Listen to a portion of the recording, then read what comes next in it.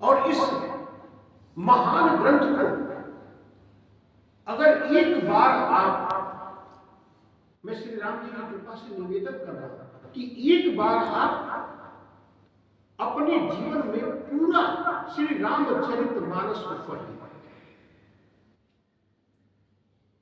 और यदि अगर पढ़ने में मन भटकता है तो सबसे पहले श्री रामचरितमानस का उत्तर कांड पढ़ लीजिए। श्री रामचरितमानस में 7 कांड हैं। बाल कांड से शुरू होता है, अयोध्या कांड आता है, अरण्य कांड आता है, किष्किंधा कांड आता है, सुंदर कांड आता है, लंका कांड आता है और अंत में उत्तर कांड आता है। लेकिन इच्छा शक्ति अपने अंदर अगर पैदा करनी है श्री रामचरितमानस को पूर्ण पढ़ने के लिए, तो ज्यादा नहीं, 980 1000 के पन्ने हैं। और पहले एक बार उत्तर कांड पढ़िए। मैं नहीं कहता कि पहले 7 कांड पढ़िए, लेकिन मैं हर हिंदू प्रेमी से ये कहना चाहता हूं कि श्री रामचरितमानस का पूर्ण एक बार अध्ययन करिए और फिर देखिए आपके जीवन में, आपके कार्य में, आपके व्यवहार में, आपके आचरण में, आपके वार्तालाप में अद्भुत परिवर्तन देखने को मिलेगा। कभी कभी कोई चीज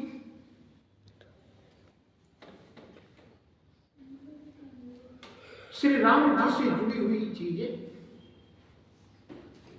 शुरू तो कर देता है, शुरू करने का उद्देश्य कुछ और होता है, लेकिन जैसे जैसे आप श्री रामचंद्र जी के उनके कार्यों के गहराई में जाने लगते हैं, फिर आपके अंदर एक दैवीय उद्देश्य प्रकट होने लगता है। तो इसलिए एक बार हर हिंदू परिवार के बच्चों को जब वो पढ़ने लायक हो जाए तो एक बार उन्हें पूरा श्री रामचरितमानस पढ़ लेना चाहिए। और इसके बाद अगर कुछ नहीं पढ़ते तो इसके बाद श्रीमद् भागवत गीता का जो 18 अध्याय जो गीता का वचन श्री कृष्ण जी ने दिया उसको पढ़ लेना चाहिए। विश्वास करिए, आप जब इसको पढ़ करके पूर्णता करेंगे तो आपके जीवन में अद्भुत परिवर्तन आएगा, जिसके बारे में आप सोच भी नहीं पा रहे होंगे। आपके अंदर इस तरह की दैवीय शक्तियां प्रवाहित होने लगेंगी कि आप उसको शब्दों में नहीं कह पाएंगे। आपको महसूस होने लगेगा, आपको आभास होने लगेगी परिस्थितियां, और फिर आपके जीवन में जो चीजें लगती हैं कि संभव नहीं हो रहा है, वो भी बहुत आसानी से संभव हो जाएगा।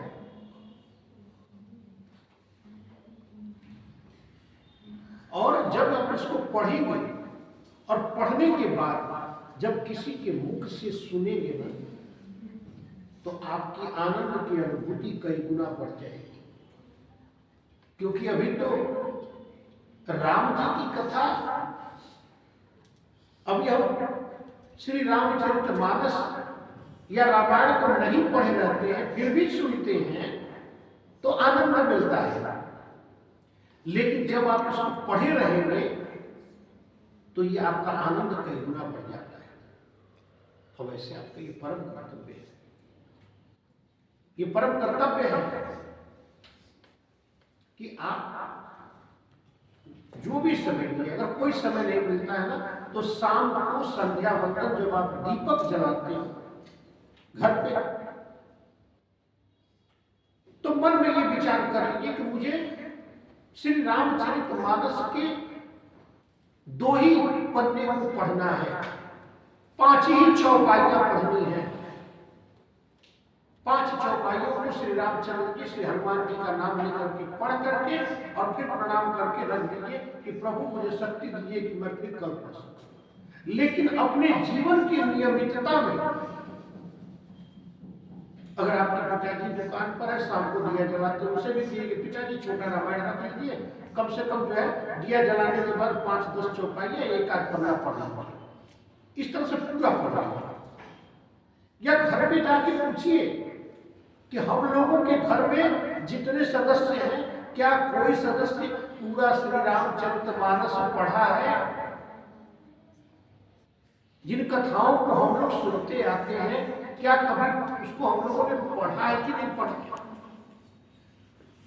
और पढ़ने के बाद जब सुनेंगे ना, जैसे आप लोग कोई चैप्टर अध्यापक पढ़ाते हैं और उसको घर से आप पढ़ के आए रहते हैं, और जब वो पढ़ाते हैं तो उस पढ़ाई का आनंद और बढ़ जाता है, क्योंकि जो समझ होती है वो बहुत अच्छी हो जाती है, क्योंकि पढ़ के आए रहते हैं तो चीजें बड़ी अच्छे से समझ में आती हैं।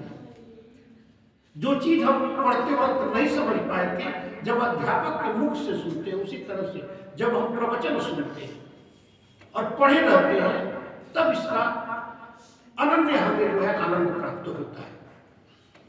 अब देखिए, उत्तरकांड में ही जब श्री रामचंद्र जी का राज्यतिलक हो जाता है, तो प्राय शाम को संध्या में अपने चारों भाइयों को और हनुमान जी को साथ मिलकर के उपवन में टहलने के लिए जाते हैं। और टहलने तो जाते ही हैं, लेकिन उस टहलने के दौरान बहुत सी वेदों की बातें, उपनिषद की बातें, पुराण की बातें और बहुत सी ऐसी कर्मपूर्ण कहानियां, कथाएं श्री रामचंद्र जी कहते रहते। तो एक दिन उपवन में टहलते हुए भरत जी के मन में एक जिज्ञासा बहुत दिनों से चल रही थी, कुछ पूछना चाहते थे, लेकिन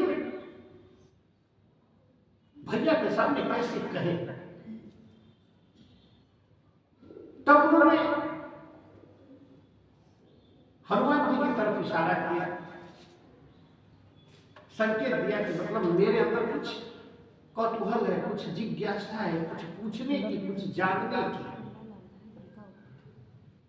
कुछ पूछने और जानने की जिज्ञासा है। हनुमान जी भरत भैया का मनोरथ समझ गए, और जब समझ गए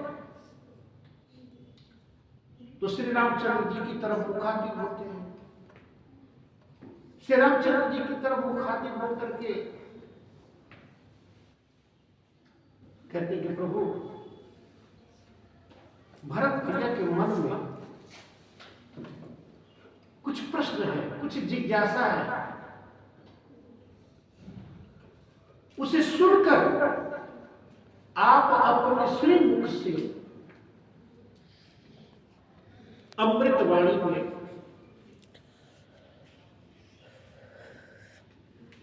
उसे अभिव्यक्त करके और भैया भरत को, हम सभी लोगों को तृप्त करें। श्री रामचंद्र जी मुस्कुराते कहते हैं, भरत संकोच किस बात का, तुम तो जानते ही हो कि तुम अगर मुझसे किसी भी तरह का कोई प्रश्न करोगे तो मैं तुम पर कदापि कभी क्रोध नहीं कर सकता। तुम पे प्रसन्न रहना ये तो मेरे जीवन का शपथ है,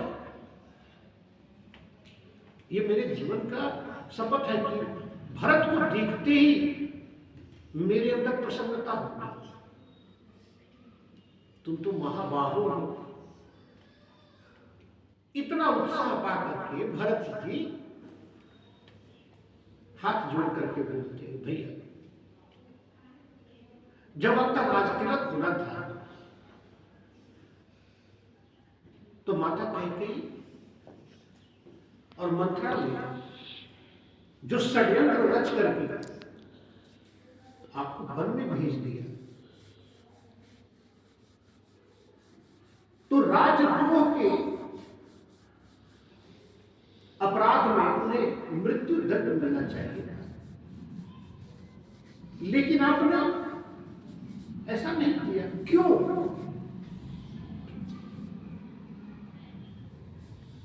प्रश्न बहुत सारगर्भित था। तो श्री रामचंद्र जी ने कहा कि जिस मां की कोख से भरत जैसा धर्म प्रतिज्ञ पुत्र का जन्म हुआ हो, वो अनन्य पीढ़ियों का पाप को धो देता है। इसलिए भरत उन्हें किसी प्रकार का कोई दंड नहीं दिया। तो भरत जी ने कहा, क्षमा चाहता हूं भैया, आप ये बात मोह में कह रहे हैं। अपने छोटे भाई भरत को बड़ाई दे रहे हैं, लेकिन मैं एक अयोध्या का आम नागरिक होकर के ये प्रश्न करता हूं कि एक आम नागरिक होने के नाते अगर मेरी मां और उनकी दासी मंत्रा आपके राज तिलक में इस तरह का षड्यंत्र करके आपको वन में भेज देती, तो इस राजद्रोह का दंड तब भी क्या आप नहीं देते? तो बोली थी प्रभु श्री रामचंद्र जी गंभीर हो गए और भरत बोले कि भरत, जिस परिवार में नाते रिश्तेदार सगे और संबंधी अगर उस परिवार में कोई गलती किया हो और उसको सजा नहीं देते हैं, तो ये उसके लिए बहुत बड़ी सजा है। ये उसके लिए बहुत बड़ी सजा है कि वो जानता है कि हम गलती किए और हमको परिवार के लोगों ने सजा नहीं दी। ये उसके लिए बहुत बड़ी सजा है, क्योंकि इस अपराध बोध से वो कभी उबर नहीं पाएगा। लेकिन यहां पर तो मैं इसको राष्ट्रद्रोह मानता ही नहीं, क्योंकि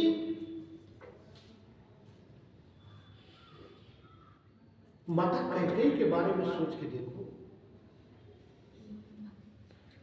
अगर उन्होंने इस तरह का वरदान नहीं माना होता तो ये संसार जो है भरत जैसे भाई और लक्ष्मण जैसे भाई का भातृप्रेम कहां से देखा होता? न देखा होता, न सुना होता, न समझा होता, न जाना होता। त्याग की भावना कहां से देखा होता? दो भाइयों के बीच राज देने का प्रेम युद्ध कहां से देखा होता? इसलिए अगर कभी कोई चीज तुम्हारी नजरों में बुरी लगती है तो उसमें भी अच्छाई की संभावना छिपी रहती है। अगर आपके अंदर आपको कोई चीज लगता है कि ये ठीक नहीं हो रहा है, तो आपको मोह बस ऐसा लगता है कि ये ठीक नहीं हो रहा है, लेकिन सत्य ये है कि उस जो चीज आपको ठीक नहीं लग रहा है उसके अंदर भी अच्छाई छिपी हुई है। दूसरा उदाहरण भी देख लीजिए,